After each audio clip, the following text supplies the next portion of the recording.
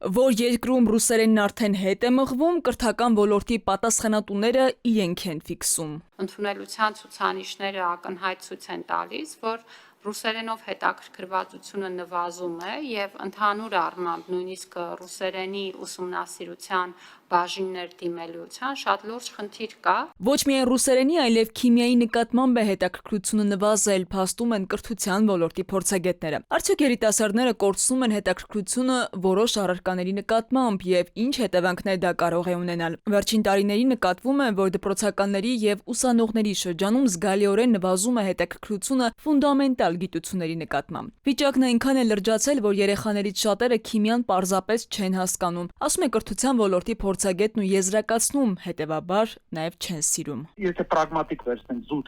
ասենք գումար վաստակելու միջոց, ապա դարձյալ այդտեղ ընդհանրապես որևէ պատկերացում երեխաները չունեն, որտեղ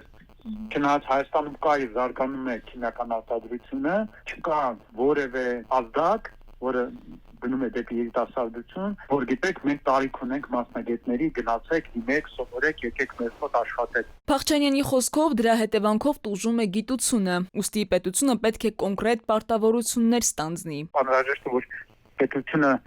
վերջնական խորը պարտավորություն է ստանձնի, դրա նախադրյալները կան, այս վերջի ռազմավարությունը որ կա, նպատակ է դրել, որ բյուջեի մի զգալի մասը պետական հենց գիտության վրա ծախսվի, այնտեղ կոնկրետ արդեն հնայի տոկոս է նշված, բավականին բարձր, որը արդեն իսկ լավ բան է, բայց դե էլի դա շատերի աչքերում ընդհանրապես այսպես հեռավոր խոսում է։ Մասնագետները նկատում են, որ առաջին հերթին փոխվում են ժամանակների պահանջը։ Երիտասարդներն այսօր ավելի շատ ձգտում են այնպիսի ոլորտներ, որոնք արագ եկամուտ են ապահովում, օրինակ տեղեկատվական տեխնոլոգիաների ոլորտը։ Այդ պատճառով լեզուները կամ բնագիտական առարկաները հաճախ մնում են երկրորդ պլանում։ Երկրորդ պատճառը դասավանդման մեթոդներն են։ 35 տարի շարունակ սովորեցրել ենք մեր երիտասարդությանը, որ պետք է ելնել ամեն ինչում շուկայի պահանջներից։ Եվ դա շատ սխալ, իմ կարծիքով շատ սխալ ելակետ է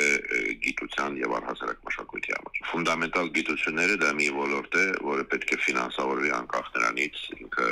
այսօր կամ վաղը բերում է անմիջապես եկամուտ թե ոչ։ Բացի այդ, մեծ դեր ունի նաև մոտիվացիայի պակասը։ Երբ աշակերտը չի տեսնում, թե հետևյալ առարկան ինչպես կարող է օգտակար լինել իր ապագա մասնագիտության համար, նրա հետաքրքրությունները ինքնաբերաբար նվազում է։ Սակայն հարց է առաջանում. արդյոք այս միտումը կարող է բերել մասնագիտական պակասի։ Փորձագետները պնդում են, այո, եթե այս միտումը շարունակվի, ապա ապագայում կարող ենք բախվել քիմիկոսների, լեզվաբանների եւ այլ մասնագետների պակասին։ Սա ի հերթին կարող է ազդել ինչպես գիտության, այնպես էլ տնտեսության որոշ ճյուղերի զարգացման վրա։ Օրինակ, քիմիայի ոլորտը կարևոր դեր ունի դեղագործության, արտադրության եւ շրջակա միջավայրի պահպանության մեջ։ Իսկ ռուսերենի իմացությունը շարունակում է կարևոր լինել տարածաշրջանային համագործակցության եւ աշխատանքային որոշ ոլորտներում։ Քնարիկ Պետրոսյան, ժամը լրատվական։